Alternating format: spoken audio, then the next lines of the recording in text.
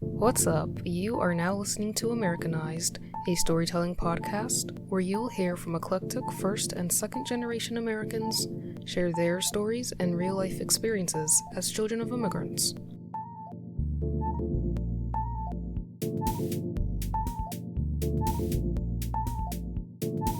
Today on the show, I sit down with Jennefer. She's a psychology and personality type enthusiast. So for all things on personality type, she is the one to turn to. She's a mentor to me, and she was an awesome youth group leader. Stay tuned and listen as we talk language barrier, stereotypes, cultural roots, and the duality of pride and resentment within her Haitian American cultural experience.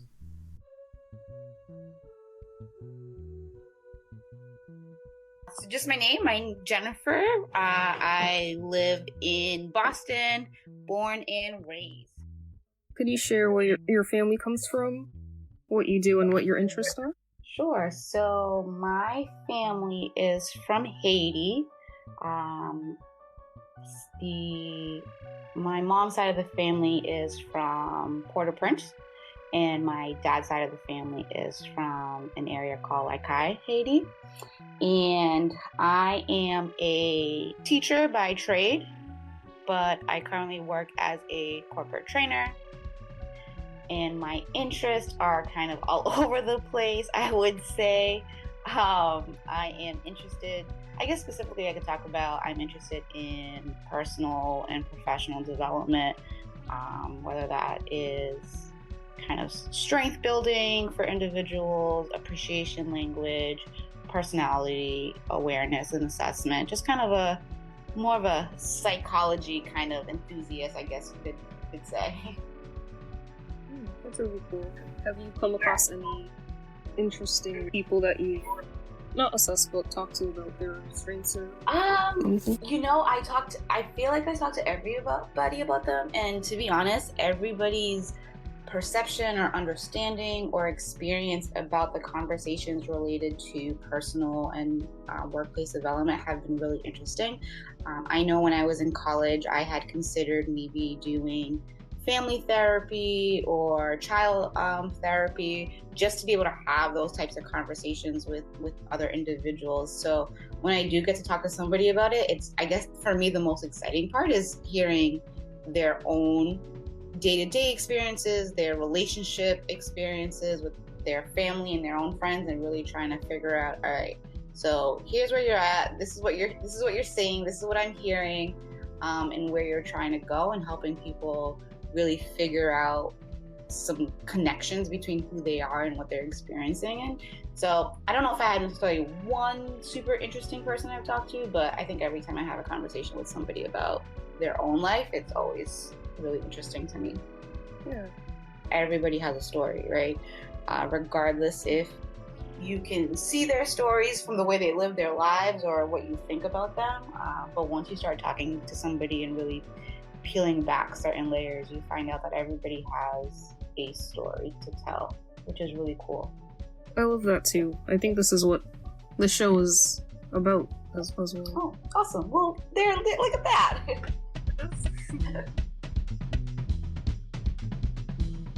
So you say your family's from Haiti. Have you ever visited Haiti? I have never been to Haiti.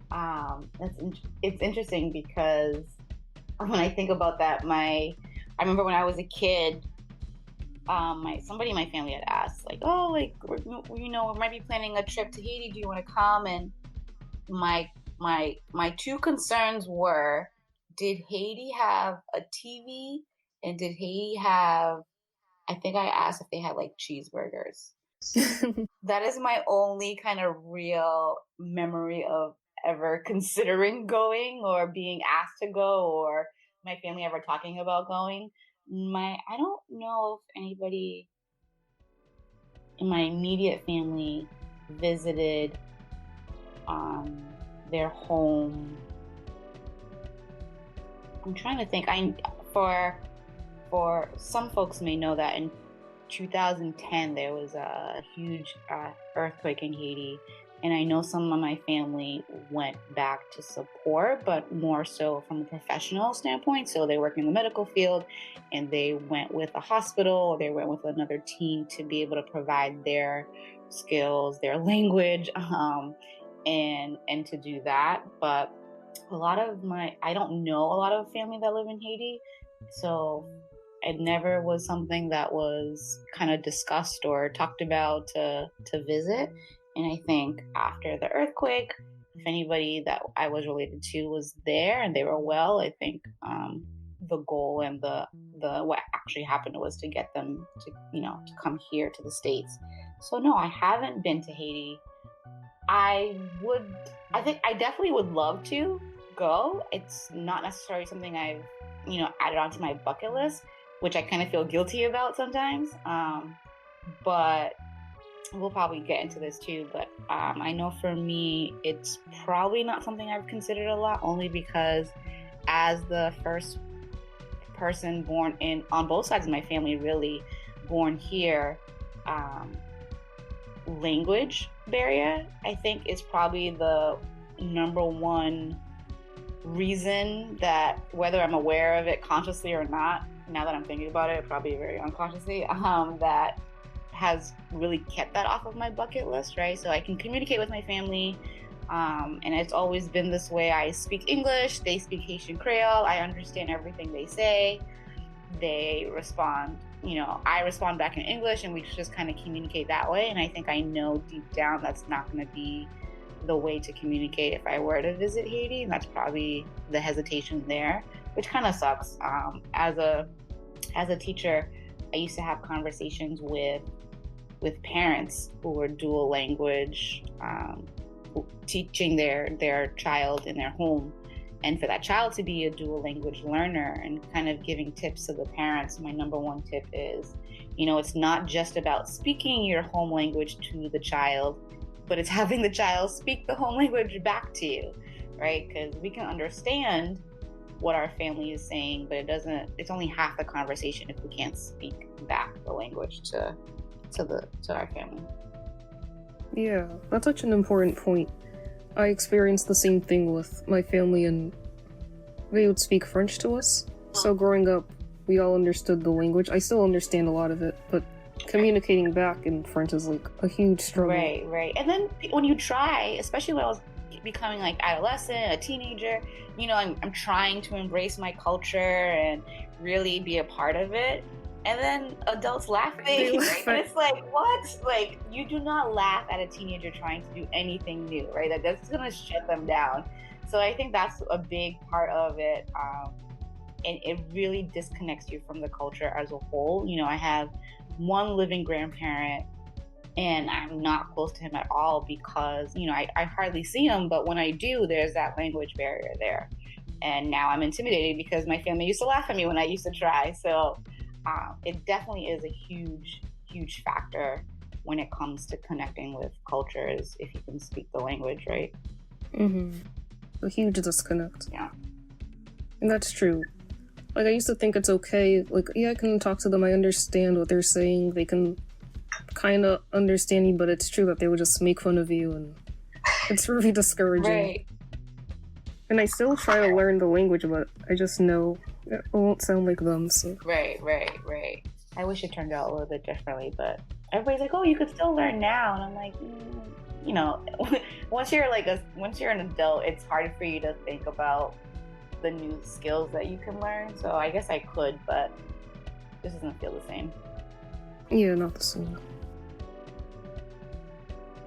I wonder why that is, like, why their reaction to our attempts at their languages to laugh, or where is that coming from? I don't know. I feel like I don't honestly. I have no idea. I'm trying to think of back when I was in the only way I could think of is like when I was a teacher, and when I was a preschool teacher specifically, and children were learning to just to talk, right? Just to share language and express themselves. It's kind of like this, oh, they're so cute, right? They say it this way, or, we're speaking the same language, in our classroom, it was primarily English speaking children. So it wasn't that I was laughing at the fact that they were that like how they were saying it. I guess it was just more like, oh my goodness, you couldn't say anything, you couldn't say it last week, and now you're trying to say it, and it's cute, right? So you kind of have like this, oh, look at you. And I wonder if, in the same sense, if it's that way, right? Like they're not laughing to be mean or rude or to mock, but they're laughing to kind of be like, oh, it's so cute, like look at you trying.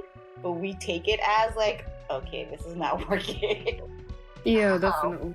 Because they won't say that it's cute, they'll just like, haha, yeah, nice like, try. That's not how you say that. It's like, okay, well, help me out here. Yeah, and I think culturally too, like they don't, for them they probably don't realize that when they were learning how to speak English, right? What would have happened to them if people, and I'm sure maybe it did happen, if people were laughing or people were kind of suggesting, that's not how you say that. Because I know a lot of family members, adults who didn't pick up the language, didn't pick up English very well. And I wonder if that's what happened to them. Maybe they were trying, they've been here for 20 years, but early on in the years, they were just like, you know what? I give up. I'm not doing this anymore. It is interesting. Like we don't put ourselves in the shoes of others. So we're doing to them exactly what might have been done to us, not realizing the harm that it's going to cause. Not necessarily physical harm, but just the disservice that it causes. That's true. And I think another thing is if they find a community where they can be comfortable speaking their own language, then there's not much of a need to try for English, I guess. Definitely. And that's what I noticed that happened, particularly for my younger cousins, right? So again, I'm the first one born on both sides of my family here in the States. So understanding the language, I kind of had to, right? My family was speaking it, they were speaking it to each other. So maybe it's myself and maybe a couple other older cousins. But I realized from my younger cousins, they actually don't even understand the language a lot because they had us as part of their community more than they had the adults as part of their community, right? So they didn't have to understand what the adults were saying in our home language in Haitian Creole because they had older siblings or older cousins to be able to translate or to communicate for them. So I think you're right that, when you're in your community, if you find that community and you feel like, I don't need to extend myself in that way, then you don't. One of my cousins, my youngest cousin, lived with his parent his entire life, and there's still that language barrier there. And I'm like, wait, how is that possible? How do you live in the same house and you have a language barrier?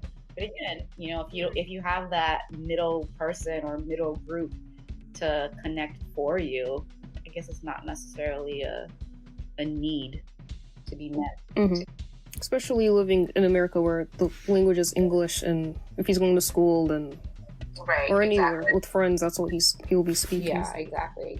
So it's like it's the majority, and I think too that's probably what happens with parents is that, or families, they're trying so hard to be a part of the culture or to assimilate, and so once their child is here and born, they're kind of figuring, let's make sure that they understand English, let's make sure that they know English, let's make sure that they're part of the culture, not realizing that we're going to get English regardless. Like, it's in school, it's on TV, our friends, like, we're going to get the language. So speaking our home language at home is not going to mess up our education. It's not going to mess us up for what we're trying to build here.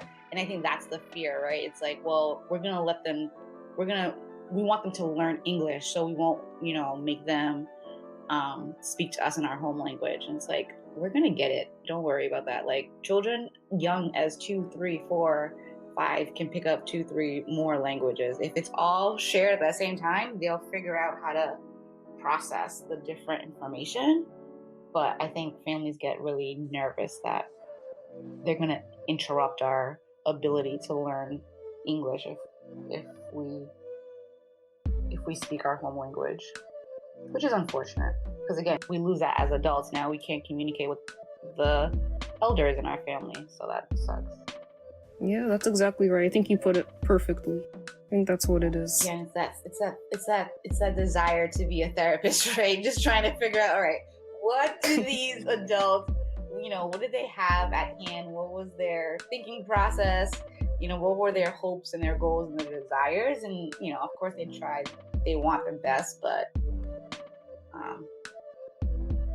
unfortunately, there's huge gaps for us as the children of that, right?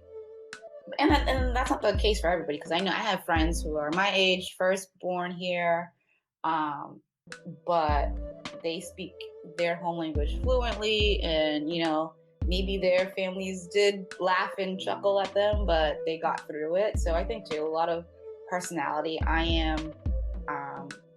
I've read, again, I'm super huge into personality assessments, and I've read that for introverts compared to extroverts, introverts are less likely to accept being critiqued in front of others, right? So if I'm learning something new and I need to practice, or I'm taking an assessment, I kind of want to do that behind closed doors without anybody seeing me fail or mess up. So I think part of that might play into it as well. So if I'm speaking a language and somebody laughs at me, that's kind of being critiqued in front of a group, rather than maybe my peers who are like, all right, you can laugh, but I still want to figure this out, so let's do that, right? So I think personality has probably a big part to play in it as well. That's true. I agree with the overcoming that laughter. They will push through depending on their personality. Right. They're more interested in meeting their goal rather than the opinion of that other person. I guess the comforting thing about all of this is there's a whole group of us experiencing the same language issue, the consequences of it. Yeah.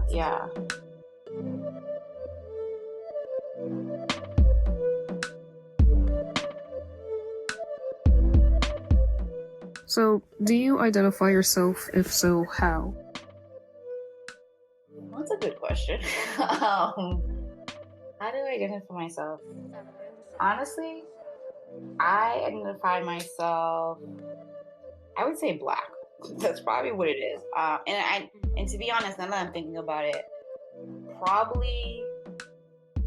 that probably has changed over the years, right? So when I was younger, I'd probably say that I was, American. And then I got a little bit older, I'd probably say I was African American. And then I went to college, and this whole idea of really, not all Black people are descendants of, are necessarily African American, right? So I was like, oh yeah, you're right. I'm actually Haitian American. I'm not African American, right? Maybe, is that how that goes? Like, how does this all work, right? And then I remember I was saying to somebody near my family, I was like, oh yeah, I'm Haitian. And they're like, you're not Haitian. You weren't born in Haiti. And I was like, oh my gosh, I don't know what this is. What am I? Like, what's going on? And I'm like, you know what? All right, I'm Black, and if they want to ask me ethnicity, I guess I could put Haitian. But again, with a lack of connecting to my culture, whether that's language, whether that's visiting the physical space of Haiti, I feel like it's the safest, quote unquote, way to identify myself. I almost feel like a fraud, if that makes any sense, to say that I'm Haitian. It feels like I don't really have much to offer my community to say that I'm Haitian, or I don't have much to offer somebody else who's asking me about being Haitian. But of course, definitely my family's from Haiti. My culture in my home, I guess, would be influenced by Haiti, right? You're here in the States, but then you go home and it's like it's a whole different world. So definitely have that experience. But if somebody were to ask, and not necessarily having this conversation around culture, I'd probably just say Black and just leave it at that. And it's like, if you want to know more, ask me more detailed questions, and I will provide more context. That's really well put. Because Black encompasses a lot, and it's really vague, so it is what you make it. Right.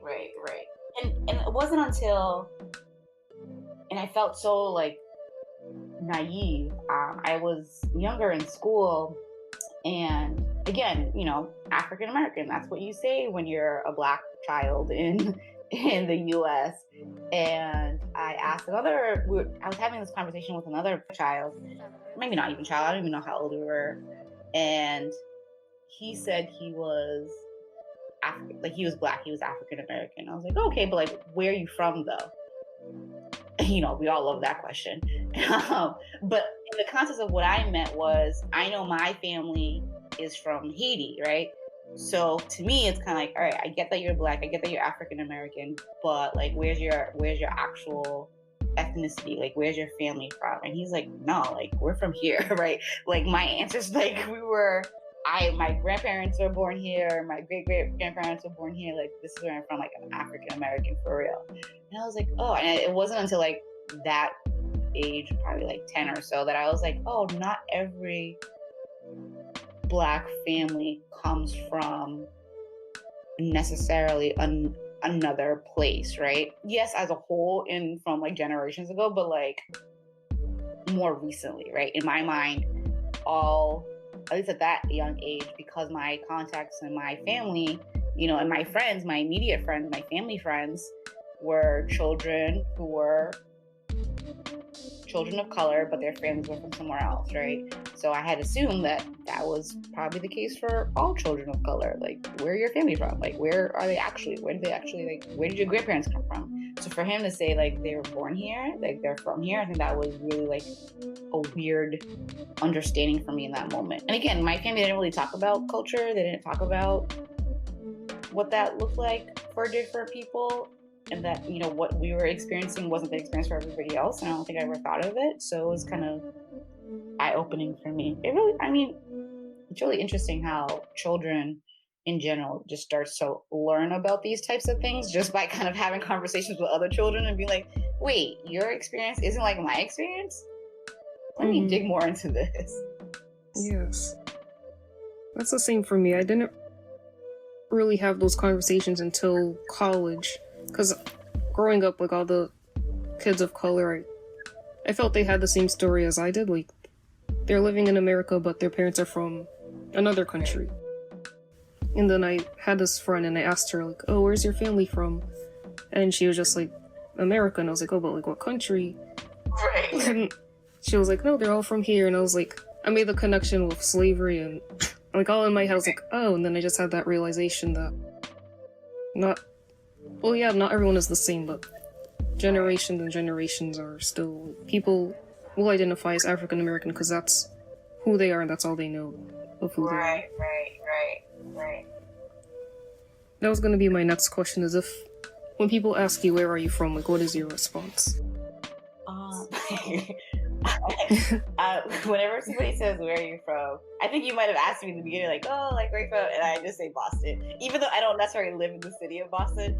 And if anybody is from Massachusetts or is actually from Boston, like, do you really mean Boston, or do you just mean like Massachusetts and you're not saying that, right? So I'm not necessarily, actually, I guess I was from the city. I haven't lived in the city in a while.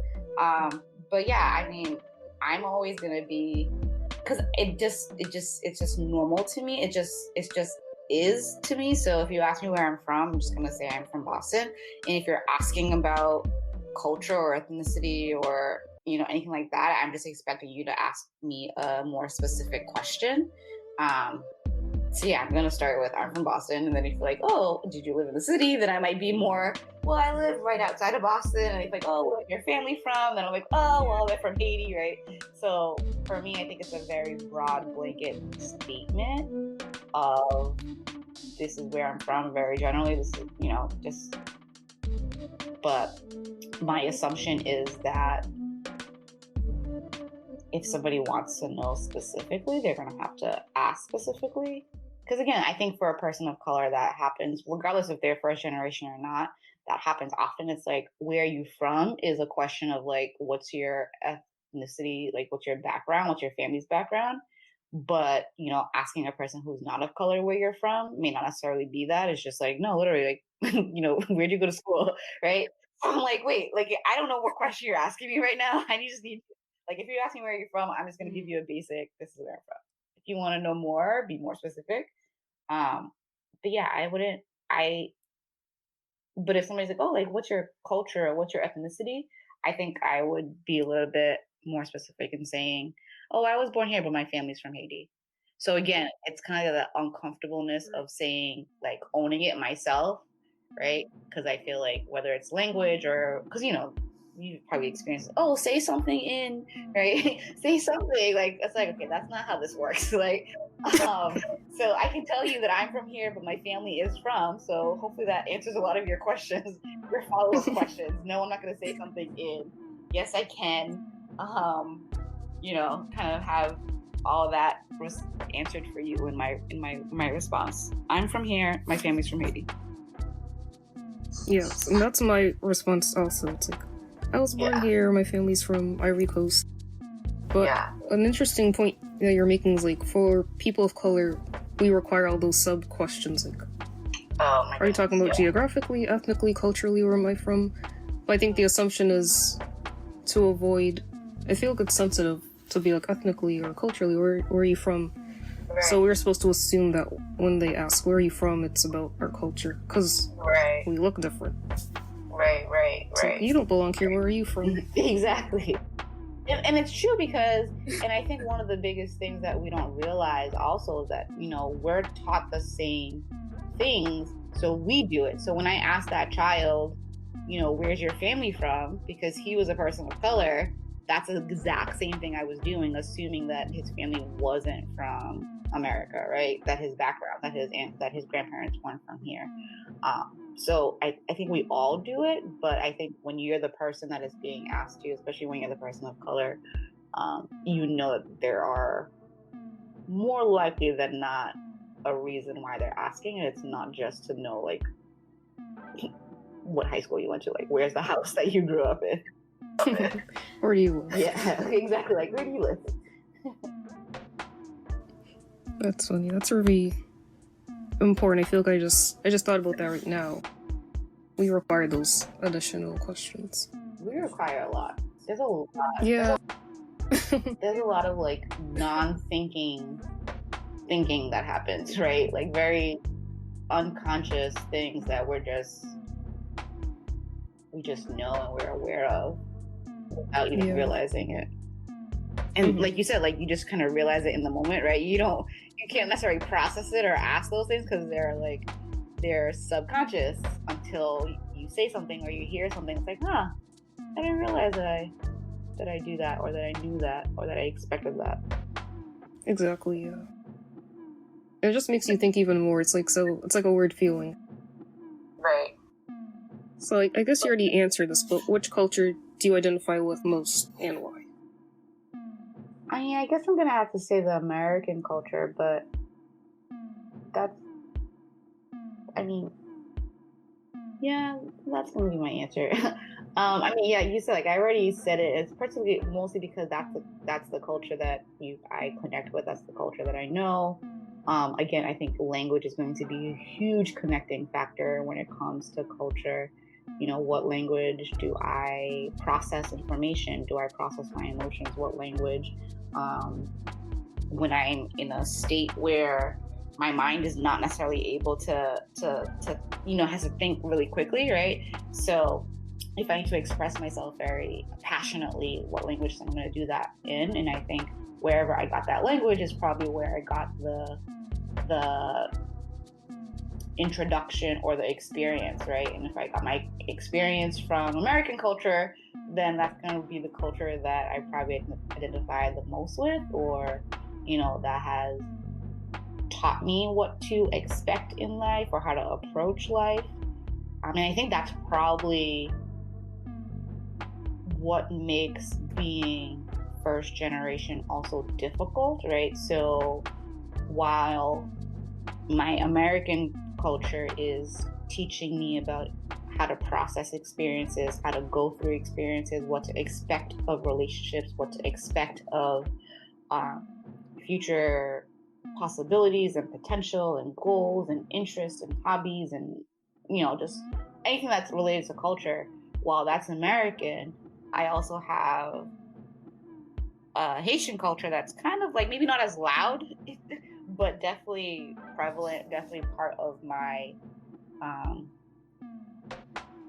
rear view, definitely part of the audience, right? So my family, the elders in my family will have their own expectations of how I should be experiencing emotions or how I should be experiencing life, or what goals I should be making or what goals I should be accomplishing, right? So it's like, okay, guys, I know you have your own ideas of what I'm supposed to be doing, but my American culture also taught me these things. So I'm really kind of confused about what's going on right now. Like, am I a successful person or am I not a successful person?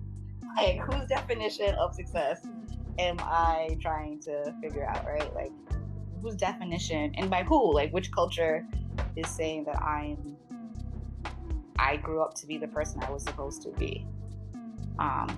So I definitely identify as an American, but I think I evaluate myself in Haitian culture as well, which can get really tricky.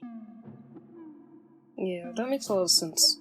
Sounds like a lot of duality and polar ends, would you say? Yeah. I know when I studied culture, there's a term, and I could be saying this wrong, like collectivism. So the idea, or versus individualism, right? And probably you've heard this before, that the U.S. or Western part of the world is more individualistic, where you kind of do things on your own. You're 18, you move out, you take care of yourself, you take care of your family, like you kind of go and that's it. Where other cultures may be more collectivist, where it's like we're a family, we do this as a unit. The whole is more important than the individual, and all of that. And I don't know necessarily if I would identify how I would identify my culture in my home, but I don't think it's as individualistic as maybe necessarily the American culture. So part of that is kind of like, all right, what am I going to do for myself? What am I going to do for myself? What am I going to do for myself? But also having this kind of itch behind me that says, hey, like, don't forget about us. Like, we're a team, we're a unit. And not to say that it's a distancing from family or letting go of family, but just again, from a broader cultural perspective, it's like, am I doing this for my family? Am I doing this for us? Or am I doing this for me, right? Like, what's more important? Or what is driving my goals? Is it what we want and what we need? Or is it what I want and what I need? So that's been, yeah, so there's definitely that polar ends. I mean, I think that at the end of the day, your family, your culture, everybody, hopefully your culture, wants what's best for you, right? Wants you to be healthy, wants you to be well, wants you to have a good life. So there's that middle ground of just being a person. But what kind of person, I think, is the part that's the two different ends. Are there times where you felt selfish for leaning more towards the individualism and doing things for yourself rather than thinking about like all those questions that go through your mind considering your family and all that? Yes, I think more so now, less when I was probably a teenager, less when I was in college, only because, again, you're kind of really thrown into the American culture at those age, where you're kind of like, I'm just trying to figure out me. I don't really have, just being a teenager, right? Just being a young adult, it's like you're just really trying to figure out yourself. And now that I feel like, I guess I can consider I'm mid-30s again, so I guess I'm an adult for real now. I think I probably feel more guilty now because I have to continue. It's still a question of, what are you doing for yourself, but how are you also giving or doing for your family as a whole, right? Like, you went through your teenagers, you went through your young adult years, but now as an adult, do you now kind of circle back and say, okay, how do I do this for us now? What do I do for us, right? So I think I probably feel more guilty now that I'm still in a space. Again, I'm not saying like I'm not here for my family or that anything like that, but more so, are my goals moving forward for me and mine, or are my goals moving forward for the whole unit? And I don't know if I'm necessarily there yet for the collectivist part of my culture, so maybe I feel guilty more so now.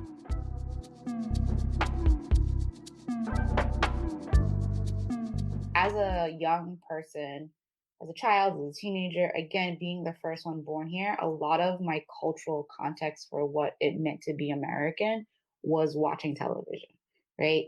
So what is okay, what I'm supposed to be experiencing was what TV was teaching, what TV families were teaching me, right? These sitcoms, especially like the early 90s, like what are these sitcom families? You know, you have the Cosby Show, you have the, you know, Fresh Prince, you have Full House. You really had, especially in the 90s, all these family sitcoms that had these issues, and then within 30 minutes, the families, the adults, the parents figured out how to address the issue with the young person, with the child, with the teenager in a way that was impactful, that was thoughtful, that was engaging, that was personal, that was lighthearted still, right? And it's almost like, wait a second, that's the American way. How come that doesn't happen here like that, right? So it's almost this resentment of your own culture because you're assuming your culture is wrong, right? That's not how my family treats me, so they must be wrong. I think it's still trying to figure out that process of like what's real and what's not real, what's okay, what's not okay, what's fake, right? What's an expectation that can't be met because there were people writing it behind closed doors on a script versus what's like reality. That's a good point. And something else I haven't thought about, like all the sitcoms that we grew up with did model the ideal American family, right? Which was nothing like the one we were living. And as an adult, I don't even know if actual real American families experience that type of life, right? Yeah. But in my mind, as a person growing up, it's like that's how American people did it, and we're in America, so what's going on? What's going exactly? Which kind of sucks because then we're for me, I guess I have this expectation of the adults in my family to be able to meet something that's not even real. So how I was viewing them or how I was resenting them wasn't necessarily even their fault. Because you have that expectation from a false reality. Right. Yeah. And even more so, I feel like TV reality shows are even more false, if that makes any sense, right? It almost feels like the scripted stuff was more real than what the reality is happening now. So I can imagine young children or teenagers watching what they're watching today and what they're expecting of their own families. That's a really, really good point too. Yeah, that's even more fake than those sitcoms.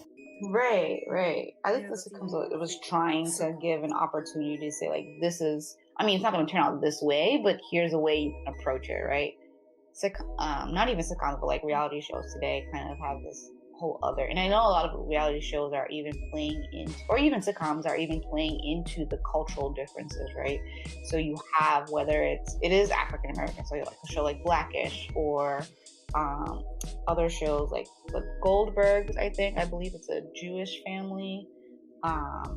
There's a reality show about, I'm not sure the name of it, but kind of the culture around an Indian family, right? So it's like all these new TV shows and reality shows are really highlighting the cultural differences.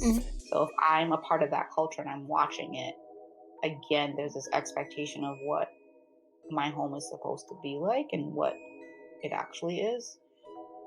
And that gets really confusing for folks. Yeah.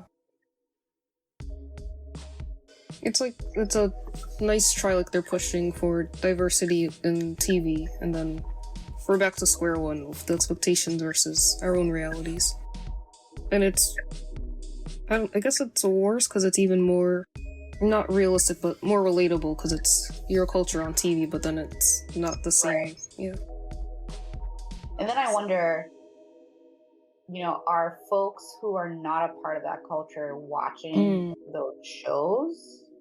And if they are, is it an opportunity for them to learn about others' experiences, or is it just, kind of, are they taking it as like this is right? The same way when I was watching American TV shows and I was saying this is how American people live, right? Mm-hmm. So it's somebody who's not of a specific culture watching these newer shows and they're thinking this is how that culture lives, right? And it's like, okay, don't do what I did. Don't assume this one TV show, scripted or quote unquote unscripted, Mm-hmm. is providing you an insight into all people in this culture and how they live in their homes. And I think that's the biggest thing, right? Like I think, as I said at the beginning, like everybody has a story.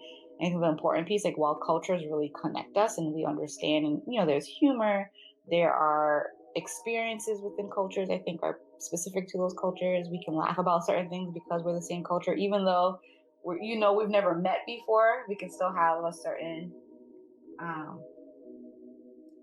shared experience. I think is really cool. Mm-hmm. But at the same time, remembering my house is not like your house, and how we grew up may not necessarily be. While the experience may be the same, the interpretation may not necessarily be the same.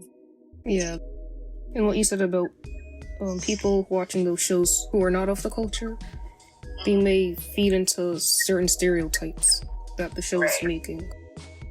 Right. I've had that happen.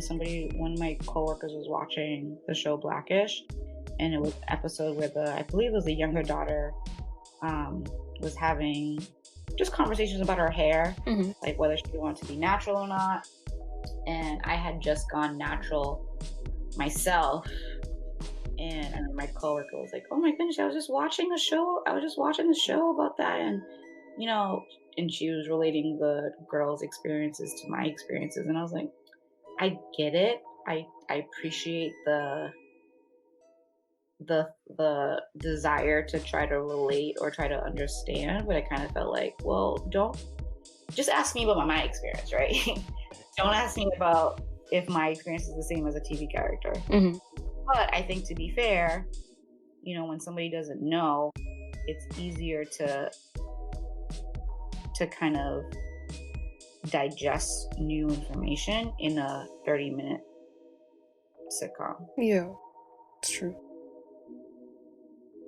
The show kind of like bridged the gap between her trying to talk to you about your hair, basically. Right.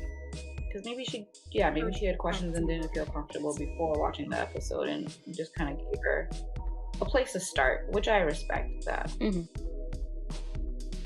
What other stereotypes, if any, have you had to face and overcome?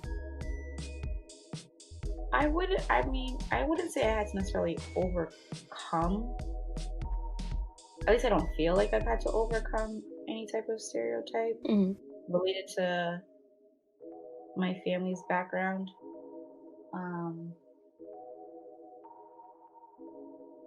Sometimes they feel like they feel really silly because I know it's not the truth, but again, you don't realize how other people see your culture until something happens, right? Or somebody says something. So, Haiti's probably like, one person in school said to me, "What? You're Haitian? You have like really long hair." And I was just like so confused by the statement. Mm-hmm. Like, what does my hair have to do with where my family is from? And to me, like, my cousins, some of my cousins have really short hair, some of my cousins have longer hair. Like, it just didn't make any sense to me. Mm-hmm. But I think that was the moment that I realized that, oh wow, I don't know if it's only this one person, but if it's not, then people assume that Haitian people, women have short hair. I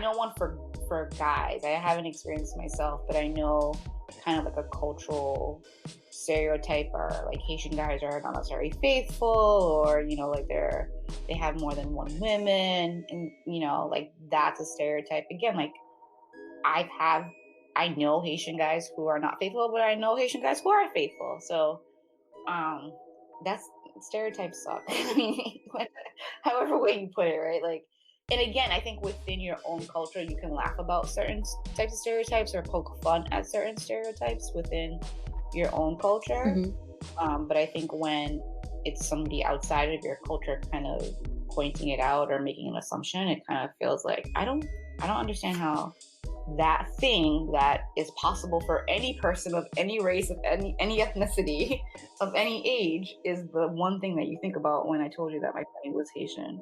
Right. Yeah. But yeah, I don't know if I would say that again, unless it's unconsciously that I'm overcoming certain stereotypes and I don't even realize it. But I don't know if I would say that there's anything that really stands out to me as prominent that I've kind of had to adjust to because I told somebody that I'm Haitian. And I'm sure, and you know what? Honestly, now that I'm thinking about it a little bit more, I probably have an assumption that that person I'm talking to has an assumption. I just don't know what that is. So, for example, like if you're like, oh, like where you're from, and I say, oh, I'm from Boston. It's like, oh no, but like, where's your family from? It's like, oh, my family's from Haiti. I guess this is like a subconscious thing. Like I believe they're thinking something about that information. I just don't know what it is. Right? And they're probably not going to tell me what that assumption is. So maybe I am kind of overcoming stereotypes and I don't even realize it because I don't know what that stereotype is. But I do feel like once I say my family's from Haiti, I do have like this pause of like, what does that mean to you? Oh, internally. And they will never say it. Right. And to be fair, I don't even know if they even know that, like a lot of times we talk about biases, like there could be unconscious, right? They may have an unconscious bias towards me because I've shared that for whatever reason. And that's the tricky thing is that, they may be really consciously thinking, wow, your family's from Haiti, so this must be true. Or they might not even realize that was an automatic thought that they had. Exactly. Yeah.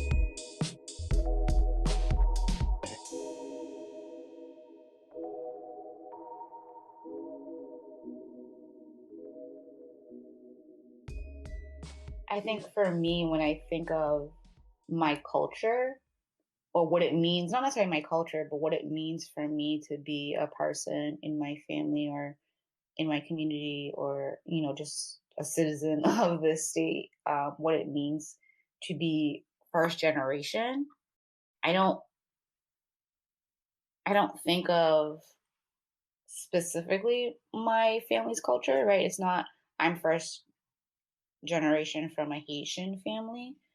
Again, if somebody's asking specifically that, they would have to be more specific. I think for me, when I think about being first gen, it's about my own experiences. And when I think about those experiences, there are two feelings that come up, and they're usually coming up together for a one experience, or it's like a divide, right? So I either feel really proud of my family. I feel really proud that I can identify as being somebody who's first generation.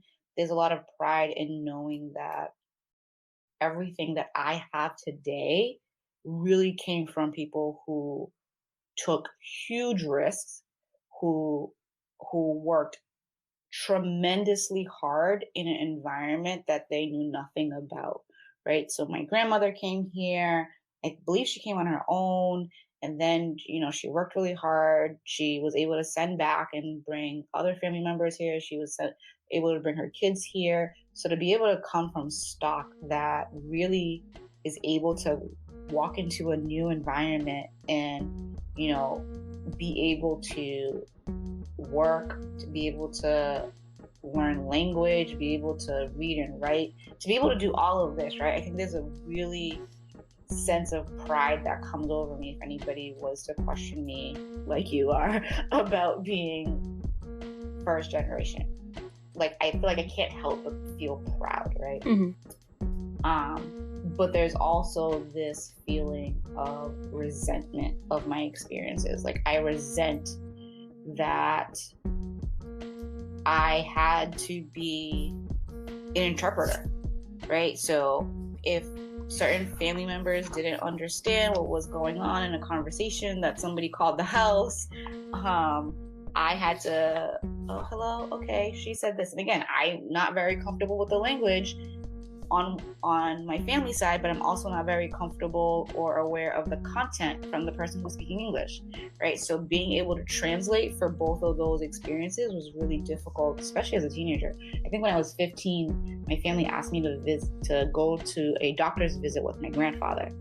And again, I'm not very comfortable speaking Haitian Creole, but I'm also not very comfortable with medical terms and, you know, having to tell my grandfather what this doctor is talking about. So I think there's a lot of resentment of having to be in a role that's not my responsibility, right? I felt like I had to be an adult in some of those situations. Resentment, again, I mentioned having this expectation when I was watching these sitcoms. So there's this resentment of like, my family is not doing this right. they're not doing parenting right, because that is not what happened on the television show. Like, if I do something wrong, there's a whole other way they were supposed to react to that, right? So there's this resentment towards my family that they weren't doing the emotional work.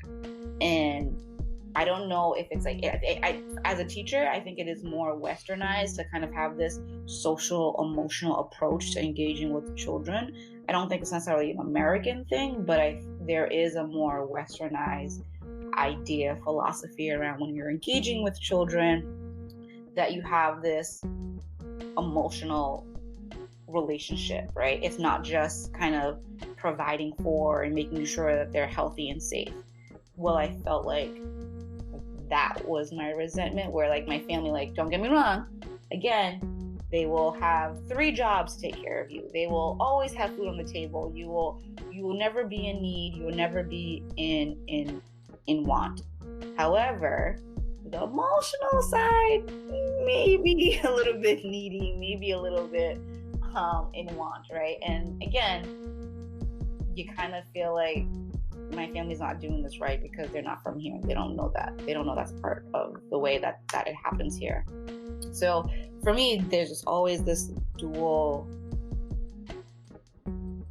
emotion that happens when I'm thinking about being first generation. I'm super proud. I feel so blessed. I feel like I'm a product of the risk that my family took. I'm a product of the years of hard work, the years of studying, the years of learning new environments and adapting and assimilating.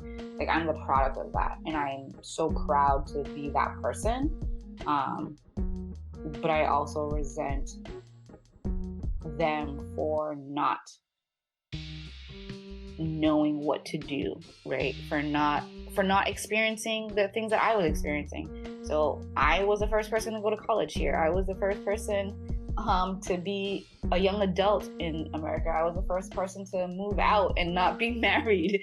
I was the first person to have these very normal experiences, but they weren't normal to my family. And I resented that I had to kind of be the first to experience that. Like, my family couldn't tell me their experiences about doing what I was doing in America. So I feel there's this tug of war. It's like, I'm super proud, but I also really resent that that was my experience. I hope, my goal, my desire, my wish is that I lean more towards on the pride side. But I think realistically, it's easier to remember the reasons why you resent a situation rather than why you're proud of it. So that sucks. That's true. And I can really feel like your pride that you have in this, as well as your resentment that you had to grow up faster and be adult in situations where you weren't super appropriate to be at a time. And when I look at friends or, others who may not necessarily have the experience or the category of being first gen, I think, wow, like they didn't have to be a part of certain things that I was. But again, it brings me back to being proud of, like, it really taught me to be independent. It really taught me to lead my own life, right? So I'm not necessarily waiting on my family to tell me about their experiences or to fix certain situations for me, because they made, a lot of the college things I had to figure out on my own because they didn't know what to do or what that was about. So I did learn to be able to take care of myself when it came to really important matters. But again, I'm like, really, I have to do this on my own. So it really is a tug of war. I think in one situation, I feel both happy of the person I am because I'm first gen, but I also feel frustrated that there's not necessarily that immediate support, because it's hard for me to feel like I can go to somebody who didn't experience it. Don't get me wrong, they experience so many things, right? There are things I could never have to go through, right? I don't have to be in a land where I don't know the language. I don't have to be in a land where people see me as somebody who doesn't belong here. I don't have to be in a land where, because they were, I guess, to be honest, now that I think about it, they were in the same space where nobody before them knew what to expect or what to experience, and they didn't have anybody to ask support of. So I guess, to be fair, in that sense, they experienced that same feeling. But I think we mentioned earlier too, it's like as adults, we don't remember what we felt or what we went through in order to anticipate what our child might be feeling or going through. Mm-hmm. So I'm sure my family probably also resented and find pride in it too. I know one aunt. So one person asked me if my family really was from Haiti because I had a normal name. And I was like, I'm sorry, what was that? Well, she's like, well, like, your name is Jennefer, and like your family has, like, your cousins and the other kids in your family have really like everyday average names. And I was like, oh, okay, I'm sorry, but it didn't make sense to me then. And when she said it, I was like, that is the dumbest thing I've ever heard. Like, I don't know what you're talking about.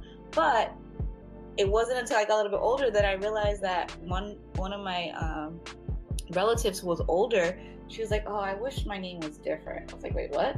Because as a child, like, my family's name was just their name, right? Like, I don't question it. It was just, that's just their name. There's nothing to it.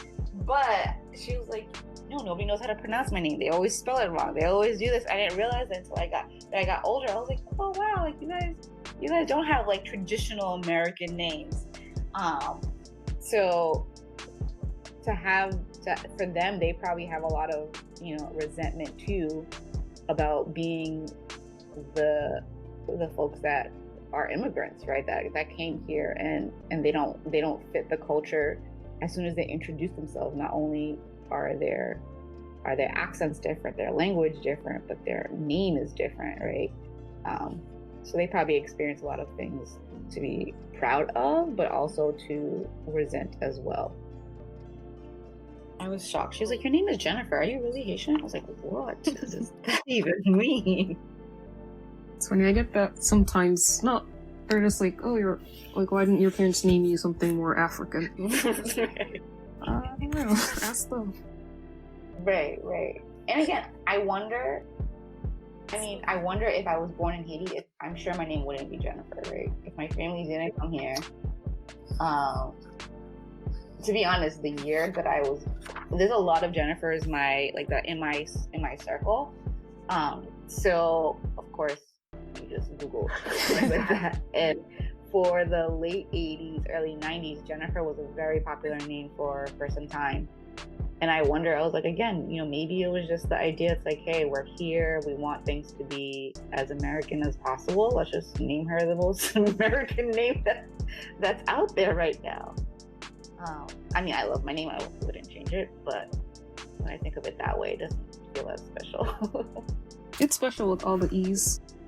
Yes, that is, for me, it's not a Haitian thing, right? It's not necessarily a cultural thing, but for me, it helps me feel like it's not just an everyday 80s, 90s Jennefer, right? So yeah, it does make me feel a little bit special that it's spelled a little differently. Yeah. That's what I was thinking too, about trying to be as American as possible, even with names, language, yeah. Yeah. Because my cousins and I, we all have pretty standard American names, but all the parents, just a little twist. Like, that's interesting. Never heard that one before. It's a good thing. I was wondering if the things that you resent, or those are things that your family are proud of you for, like being the first to go to college, moving out. Interesting perspective. Probably. I think the relatives or the elders, right? The one I probably have the least communication with because of language. I don't think that they're necessarily proud of the things I resent, only because it's so different. So like, going to college, like, yeah, that's exciting, and I don't resent going to college, but for me, it was more the resentment of like how the process was, right? Like, so independent. But I think for certain elders in the family, like moving to college meant like moving to college, like going to college, like living on campus. And for elders, that's like, wait, what? Where is she going? She's 18. She's going where? Right? Because the idea of going to college it's not about living, it's about education. Mm-hmm. So I remember when my first night when they dropped me off, somebody had asked, it was like aunts and uncles and everybody, and somebody had asked, like, where's your bathroom? I was like, oh, it's down the hall, I think. And I was like, wait, what? Like, you're sharing bathrooms with other people? Like, what is going on? Right? So it's like they were learning for the first time, like, what this actually meant to go to college. Like, you've been telling me all these years to go to college, and now that you're finding out what it means, like, you're a little confused about it. Or when I moved out and, I got some roommates and I moved out on my own, I think that, like, again, the elders are kind of like, wait, what are you doing? Like, you're not married, so where are you going? Like, that's not what we do. So I think in that sense, maybe not necessarily, but I think for the adults that I could kind of have that conversation with, or that have an understanding already of like American culture, right? They're like, oh, like this is what they do here. Like, this is what we didn't do it back home, but this is different, right? So my family, my parents and my cousin's parents, like, they were probably like high school age, if not a little bit older when they came to the States. So in their early 20s, I would say, if not, just like probably ending high school. So enough that by the time that it's, I'm living life as a young adult, they didn't experience it, right? They didn't move out before they got married. They didn't go to college. They didn't live on campus, so they couldn't experience what I was experiencing. However, I think they have a more of an understanding of like the cultural norm here now, right? So I think it depends. I think if it's a relative that's just older, I think they are proud of the things that I resent, right? My independence, opportunity to be able to figure things out on my own and kind of make things happen. But I think the older that the person gets, they're probably not as, I think they're probably just proud in general. Like, hey, we came here, we brought everybody here, and now look at the fruits of our labor, maybe. Mm-hmm. But I wouldn't say that they're proud necessarily in the steps to get there. I don't want to say that they're not proud, but I don't think they would have done it that way, right? Because that's so against the cultural norm of Haitian women, right? Young women. You don't leave home when you're not married. You don't leave. One of my cousins told me that his mom, which is like a great aunt to me, he was like, oh my God, I thought something happened to you. I was like, why? He's like, my mom called me and she was crying on the phone about Jennefer's moving out She's not married. Mind you, I was like, what, 24, 25 when I moved out. I lived with roommates, I had a job, it was good, all great positive things, but she called her son crying because I was moving out. He was like, "Oh my goodness, I thought something had happened to you. I thought like you got hurt or something." And I was like, "No, just living my life." Wow. So that's my only example of like why I wouldn't say like I wouldn't use the word proud. Hmm. But um yeah. Yeah, I don't know what word to use. Yeah, I don't know either. Sounds like she might have been scared. Which again, I fully understand. And maybe they have an understanding of American culture that, is not necessarily different, but is highlighted, right? So for me, like, yes, I know bad things could happen, but this is just home, right? I'm just gonna live life. But to them, coming from Haiti, their whole perspective is about protection, right? They're protecting their family, they're protecting the people that they're bringing over from Haiti, they're protecting.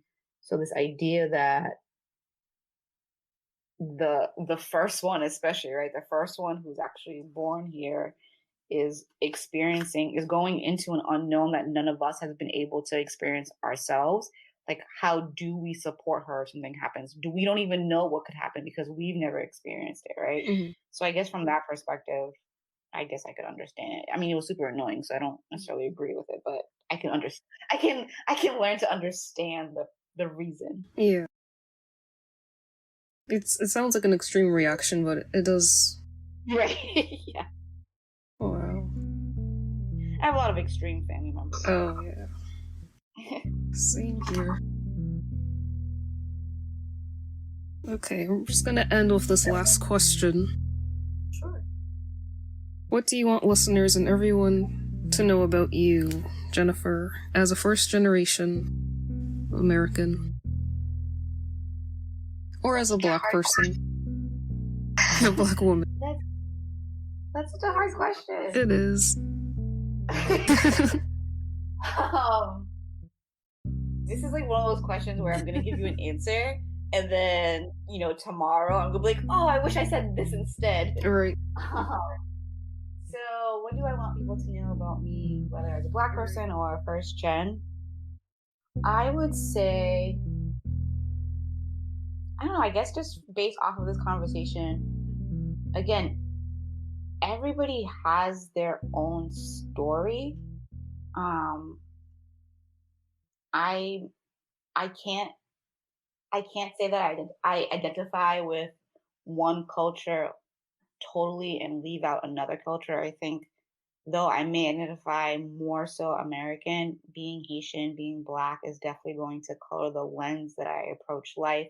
It's definitely going to color the lens that I approach relationships, the lens that I believe other people have assumptions about me.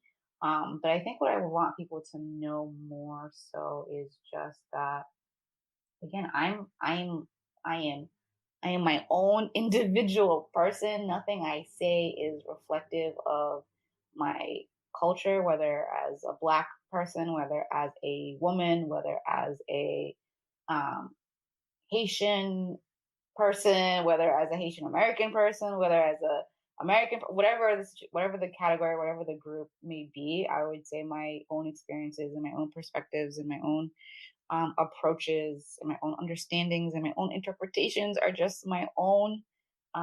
They're colored by so many different pieces of who I am and what I've seen and what I've experienced.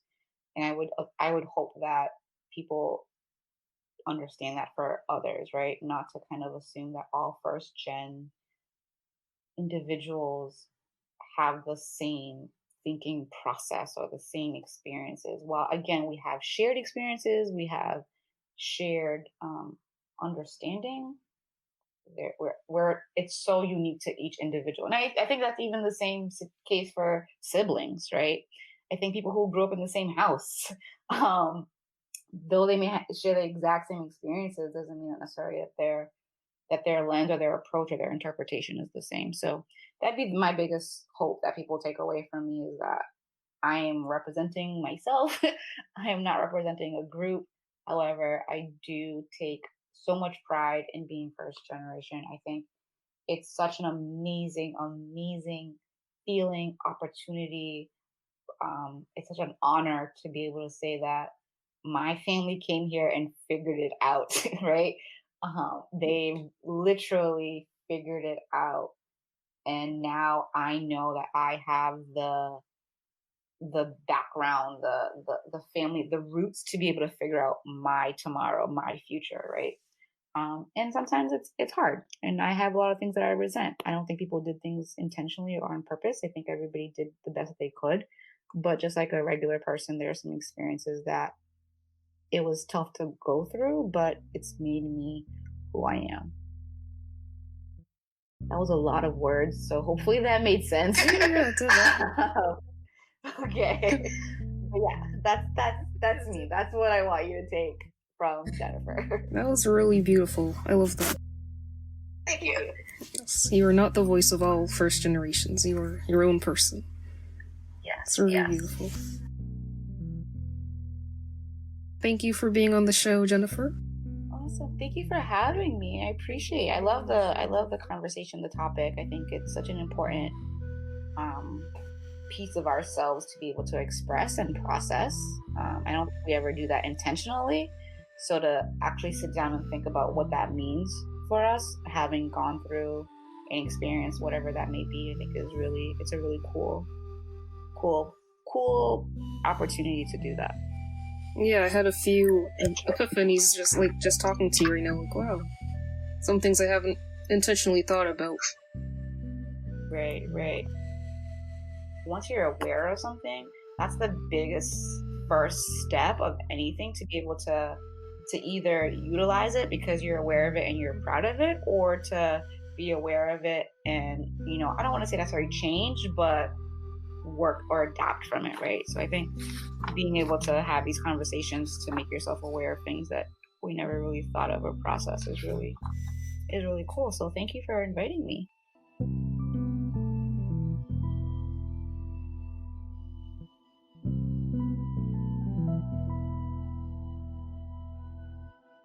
Thank you so much for listening. Hope to catch you in the next episode. All original music produced by Stubborn Soul. You can find him on all music listening platforms at STBRNSAL. Peace out.